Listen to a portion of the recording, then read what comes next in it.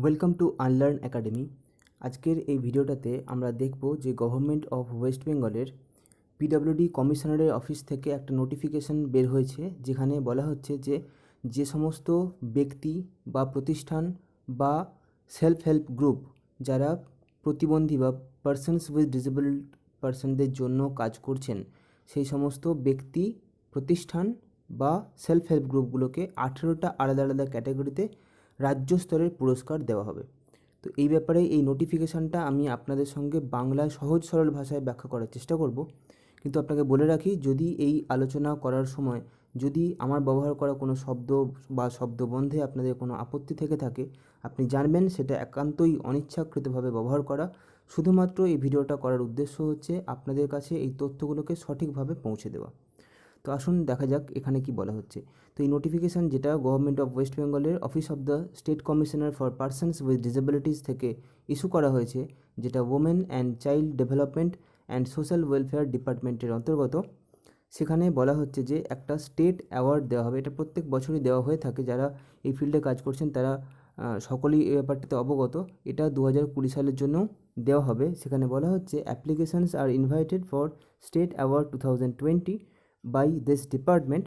কাদের থেকে নেওয়া হচ্ছে না, ফ্রম পারসনস উইথ ডিসেবিলিটিস, অর্থাৎ যে সমস্ত প্রতিবন্ধী মানুষ রয়েছেন, বা অর্গানাইজেশন বা ইনস্টিটিউটস যারা কাজ করছেন working for the empowerment of persons with disabilities, অর্থাৎ প্রতিবন্ধী মানুষদের এম্পাওয়ারমেন্টের জন্য কাজ করছেন এরকম ব্যক্তি, সংস্থা এবং সেলফ হেল্প গ্রুপ বা এসএইচজি, যেটা ফর্ম করা হয়েছে পিডব্লিউডি মানুষদের নিয়েই, তাদেরকে এই 18টা ক্যাটাগরিতে পুরস্কৃত করা হবে।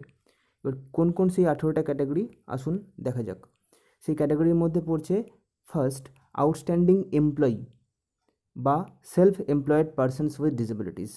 হতে পারেন আপনি এমপ্লয়ি বা আপনি সেলফ এমপ্লয়েড, তাহলে আপনি করতে পারছেন। নেক্সট বলছে best employer. Third, placement officer বা agency. Fourth, outstanding work in creation of barrier free environment. Barrier free environment করার ক্ষেত্রে যারা আউটস্ট্যান্ডিং কিছু ক্রিয়েশন করেছেন, কিছু নতুন জিনিস উদ্ভাবন করেছেন, সেরকম কেউ। আউটস্ট্যান্ডিং কোনো প্যারেন্ট অর্গানাইজেশন হতে পারে, যে আউটস্ট্যান্ডিং কোনো ইন্ডিভিজুয়াল যিনি প্রফেশনাল লাইফে হতে পারেন বা কাজ করছেন এই পিডব্লিউডি মানুষদের নিয়ে, এরকম কোনো প্রফেশনাল হতে পারেন। সাথে বলা হচ্ছে আউটস্ট্যান্ডিং অর্গানাইজেশন বা কোনো ইনস্টিটিউশনস হতে পারে, কোনো এনজিও যারা পিডব্লিউডিদের নিয়ে কাজ করছে। 8 এরকম কোনো রোল মডেল। 9 বলা হচ্ছে আউটস্ট্যান্ডিং এসএইচজি, যেটা পিডব্লিউডিদের নিয়ে ফর্ম করেছে, আগে বলা হলো। আউটস্ট্যান্ডিং একাডেমিক ইনস্টিটিউটস, যারা ইনক্লুসিভ এডুকেশনটাকে প্রমোট করছে। Outstanding local level committee of national ট্রাস্টে যদি কোনো লোকাল লেভেল কমিটি আউটস্ট্যান্ডিং কাজ করে থাকে, বা ব্রেল প্রেস এরকম যদি কোনো থেকে থাকে, বা কোনো পার্টিকুলার ডিস্ট্রিক্ট যারা প্রোভাইড করছে rehabilitation services to persons with disability, সাধারণত ডিডিআরসির মাধ্যমে এমনটা হয়ে থাকে। তারপর আপনি দেখতে পাচ্ছেন যে outstanding creative adult person with disabilities. এরকম আপনি হতেই পারেন যে এরকম আপনি অ্যাডাল্ট পারসন যিনি আউটস্ট্যান্ডিং কিছু ক্রিয়েশন করছেন, আপনি নিজেই একজন হয়তো পারসনস উইথ ডিসেবিলিটিস বা স্পেশাল স্টুডেন্ট, আপনি স্পেশাল কোনো এবিলিটি আপনার মধ্যে রয়েছে, স্পেশাল চাইল্ড আপনি। 15তে বলা হচ্ছে outstanding creative child with disability again. 16 বলা হচ্ছে বেস্ট অ্যাক্সেসিবল ওয়েবসাইট, যদি আপনি এই মানুষগুলোর পাশে দাঁড়ানোর জন্য কোনো সুন্দর ওয়েবসাইট করেছেন যেটা খুব সুন্দর অ্যাক্সেসিবল, সেক্ষেত্রে এটা হতে পারে। আউটস্ট্যান্ডিং স্পোর্টস পারসন যদি হয় কোনো ডিসেবল পারসন। এবং 18তে বলা হচ্ছে বেস্ট রিসার্চ ইনোভেশন বা প্রোডাক্ট ডেভেলপমেন্ট। এই উদ্দেশ্যে করা হয়েছে যাতে করে এদের লাইফটাকে ইমপ্রুভ করা যায়। তো এই 18টা ক্যাটাগরির মধ্যে নেওয়া হয়েছে। এবার যেটা দেখতে হবে যে আমরা জানি যে 2016 right of persons with disability act, যেটা RPWD অ্যাক্ট 2016, সেখানে 21টা আলাদা আলাদা ডিসেবিলিটি ক্যাটাগরিকে অন্তর্ভুক্ত করা হয়েছে বা মান্যতা দেওয়া হয়েছে। এই সংক্রান্ত অর্থাৎ RPWD অ্যাক্ট 2016 সংক্রান্ত আমি একটা আলাদা ভিডিও করেছি, এবং সেখানে ওই অ্যাক্টের হাইলাইটসগুলোকে আমি তুলে ধরার চেষ্টা করেছি। সেটা আপনি এই ভিডিওর ডেসক্রিপশান বক্স থেকে চেক করে নিতে পারেন। তো এই ভিডিওতে দেখুন, এখানে যেটা বলা হচ্ছে যে এই 21টা যে আলাদা আলাদা ডিসেবিলিটির ক্যাটাগরিকে 2016 অ্যাক্টে মান্যতা দেওয়া হয়েছে, সেগুলোকে, সেই 21টা ক্যাটাগরিকে আপনি দেখতে পাবেন এখানে প্রথম এই 10টা সেগমেন্টে এরা ভাগ করেছে। সেই সেগমেন্টগুলো কি? ফার্স্ট সেগমেন্ট হচ্ছে লোকোমোটর ডিসেবিলিটি, যার মধ্যে ওরা রেখেছে লোকোমোটর ডিসেবিলিটি, মাস্কুলার ডিসেবিলিটি, দেখতে পাচ্ছেন ডুয়ারফিজম, অ্যাসিড অ্যাটাক, এটা নতুন, লেপ্রসি কিউরড অ্যান্ড সেরিব্রাল পালসি, এগুলো সবই নতুন ইনক্লুড করা হয়েছে, আপনি জানেন। নেক্সট হচ্ছে ভিজুয়াল ডিসেবিলিটির মধ্যে রাখা হয়েছে ব্লাইন্ডনেস এবং লো ভিশনকে। হিয়ারিং ডিসেবিলিটির মধ্যে রাখা হয়েছে ডেফ এবং হার্ড অফ হিয়ারিংকে। স্পিচ অ্যান্ড ল্যাঙ্গুয়েজ ডিসেবিলিটির মধ্যে স্পিচ এবং ল্যাঙ্গুয়েজ ডিসেবিলিটিকে রাখা হয়েছে। যেটা ডেভেলপমেন্ট ডিসঅর্ডার হয়ে থাকে সেক্ষেত্রে অটিজম, স্পেসিফিক লার্নিং ডিসেবিলিটি, এগুলোকে ইনক্লুড করা হয়েছে। ইন্টেলেকচুয়াল ডিসেবিলিটি, যেটা এতদিন পর্যন্ত এমআর বা মেন্টাল রিটার্ডেশন হিসেবে জানা যেত, সেটাকে রাখা হয়েছে। মেন্টাল বিহেভিয়ারের মধ্যে রাখা হয়েছে মেন্টাল ইলনেস, মানসিক অসুস্থতাকে। Disability cause due to blood disorder, রক্ত সংক্রান্ত যে ডিসঅর্ডারগুলো আছে তার মধ্যে রাখা হয়েছে haemophilia, thalassaemia, sickle cell disease, যেটা আরপিডব্লিউডি অ্যাক্টে রাখা হয়েছে, সেম জিনিস এখানেও আপনি দেখতে পাচ্ছেন। দেন হচ্ছে ক্রনিক নিউরোলজিক্যাল কন্ডিশনের মধ্যে রাখা হয়েছে মাল্টিপল স্ক্লেরোসিস এবং পার্কিনসন ডিজিজ, এই দুটোকে।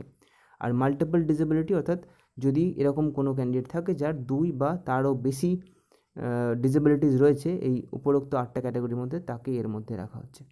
এবার আপনি দেখুন যে এর জন্য যে অ্যাপ্লিকেশান করবেন এই 18টা ক্যাটাগরিতে, তার অ্যাপ্লিকেশান ফর্ম আপনি কোথা থেকে পাবেন। এখানে যেটা বলেছে সেটা হচ্ছে অফিস অফ দ্য পিডব্লিউডির কমিশনারের অফিস থেকে আপনি কালেক্ট করতে পারেন, যেটা সল্টলেক 7000, কলকাতা 7,64,000 এই অ্যাড্রেসে রয়েছে। এটা একটা উপায় হতে পারে। দ্বিতীয় উপায় হতে পারে যে আপনার যে জেলা থেকে আপনি বিলং করছেন সেই জেলার ডিস্ট্রিক্ট সোশ্যাল ওয়েলফেয়ার সেকশন, তার DSWO অফিস থেকে আপনি এটাকে কালেক্ট করতে পারেন, অথবা আপনি সরাসরি ডাউনলোড করতে পারেন এই পার্টিকুলার ওয়েবসাইটে গিয়ে, ওয়েস্ট বেঙ্গল কমিশনার disabilities.gov.in গিয়ে। আপনি এটা ছাড়াও আমার ভিডিওর ডেসক্রিপশান বক্সে চেক করবেন, ওখানে আমি একটা লিঙ্ক দিয়ে রাখছি, ডিরেক্ট লিঙ্ক, যেটাতে আপনি সিঙ্গেল ক্লিকেই এই এন্টার নোটিফিকেশানটা, এর মধ্যেই সমস্ত ফর্ম আছে, এটাকে আপনি ডাউনলোড করে নিতে পারবেন, আপনাকে কোথাও যেতে হবে না। তারপরে দেখুন এখানে বলা হচ্ছে যে অ্যাপ্লিকেশান যেটা আপনি করছেন সেখানে যে ডকুমেন্টসগুলো দিতে হবে, সেই ডকুমেন্টসগুলো যেগুলো দিতে হবে সেগুলো দেখবেন এই ফর্ম যেটা আছে আমি পরে দেখাচ্ছি, সেই ফর্মের সঙ্গে সঙ্গেই উল্লেখ করা আছে। তো এখানে বলছি applications with documents duly recommended by district administration এটাকে আপনাকে রেকমেন্ড করে দেবে যদি ডিস্ট্রিক্টের ক্ষেত্রে হয়, and complete in all respect, সমস্ত কিছু সঠিকভাবে ফিল আপ করার পর এটাকে আপনাকে পৌঁছতে হবে এটাকে কোথায় না, স্টেট কমিশনার পিডব্লিউডি অফিসে। এটার লাস্ট ডেট হচ্ছে 30শে সেপ্টেম্বর 2020, মনে রাখবেন 30শে সেপ্টেম্বর 2020 হচ্ছে এটার লাস্ট ডেট। এটা নোটিফিকেশানটা বের করেছে 12ই সেপ্টেম্বর 2020-তে। আচ্ছা, এটা আনন্দবাজার পত্রিকা থেকে আমি ফার্স্ট জানতে পারি। দেন হচ্ছে যে অ্যাপ্লিক্যান্ট, এবার যদি আপনি কলকাতা মিউনিসিপ্যাল কর্পোরেশনের মধ্যে থেকে বিলং করেন তাহলে আপনাকে কী করতে হবে না, সরাসরি আপনি স্টেট কমিশনারের অফিসে যোগাযোগ করতে পারেন বা ওখানে আপনি ফর্মটাকে ফিল আপ করার পরে জমা করে দিতে পারেন। এবার বলছে যে applications in the category of best employee are to be submitted with recommendations of the employee controlling officer of the incumbent. মানে এটার মানে বলতে চাইছে যদি আপনি 18টা ক্যাটাগরি দেখলেন, যদি আপনি বেস্ট এমপ্লয়ি এই ক্যাটাগরিতে অ্যাপ্লাই করতে চান, সেক্ষেত্রে আপনি যার কাছে এমপ্লয়ার রয়েছেন, না আপনার যিনি চাকরি যিনি দিয়েছেন আর কি, সেই এমপ্লয়ার বা সেই কন্ট্রোলিং অফিসার সেখানে আপনাকে রেকমেন্ড করে দেবেন, এটা উল্লেখ করা হচ্ছে। তারপরে বলা হচ্ছে যে পার্সনস বা আপনি ব্যক্তি হতে পারেন, কোনো ইনস্টিটিউশন হতে পারেন, কোনো অর্গানাইজেশন বা সংস্থা হতে পারেন, যারা এবার কারা এটা পেতে পারে না তার একটা উল্লেখ রয়েছে। যদি কোনো পার্সন, কোনো ইনস্টিটিউশন বা কোনো অর্গানাইজেশন যারা 2015 থেকে 2019 সালের মধ্যে অ্যাপ্লাই করেছিল এবং এই কোনো না কোনো ক্যাটাগরিতে প্রাইজ জিতেছিল, তারা অ্যাপ্লাই করতে পারবে না শুধুমাত্র সেম ক্যাটাগরিতে। বুঝতে পারলাম?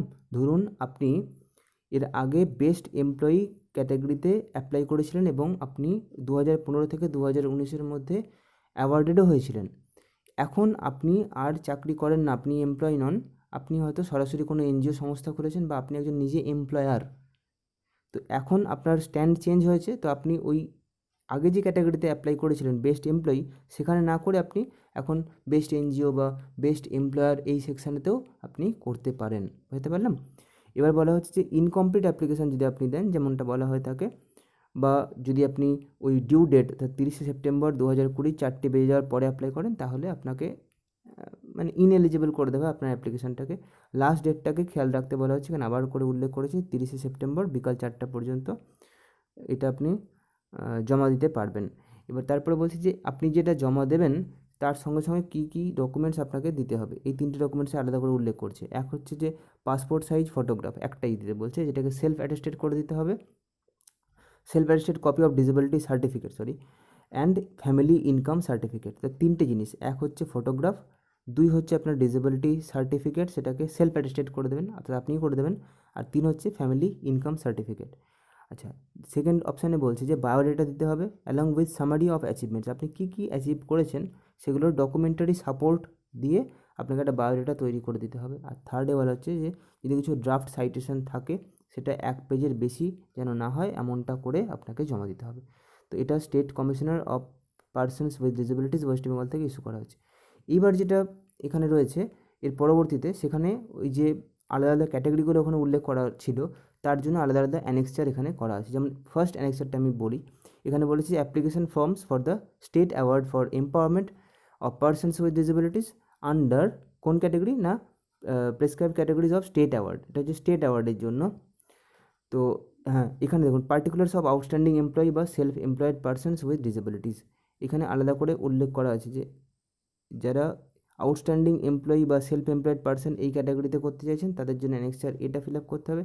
কী কী কী কী কলাম আছে আপনি এখানে দেখতে পাবেন, অনেকগুলো কলাম আছে, এবং যেহেতু অনেকগুলো অ্যানেক্সচার আছে তো আলাদা আলাদা করে যে সমস্ত অ্যানেক্সচারের কথা বলা হয় তাহলে ভিডিওটা হয়তো অনেকটা লেন্দি হয়ে যাবে। আপনি দেখতে পাবেন যে এখানে আলাদা আলাদা অ্যানেক্সচার আছে, যে অ্যানেক্সচার বি, অ্যানেক্সচার এভাবে সি, ডি এরকম করে রয়েছে, এবং এটা 25 পাতার একটা নোটিফিকেশান। আপনি আপনার ক্ষেত্রে যেটুকু অ্যাপ্লিকেবল হবে সেটুকুকে প্রিন্ট করে নিতে পারেন, আমি এর জন্য লিঙ্কটাও ডেসক্রিপশান বক্সে দিয়ে রাখছি, তো সেখান থেকে আপনি এটাকে নিয়ে নিতে পারবেন।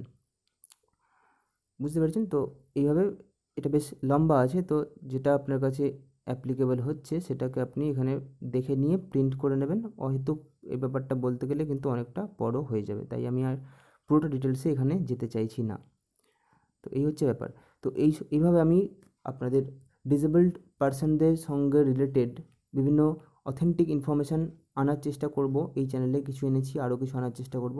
আপনি যদি চ্যানেলটিকে সাবস্ক্রাইব করেন এবং আমার সঙ্গে থাকার অঙ্গীকার করেন তাহলে আমার এফোর্টটা ফ্রুটফুল হবে। ভিডিওটা শেষ পর্যন্ত দেখার জন্য আমার দিক থেকে বিগ থ্যাঙ্কস। দেখা হচ্ছে নেক্সট ভিডিওতে।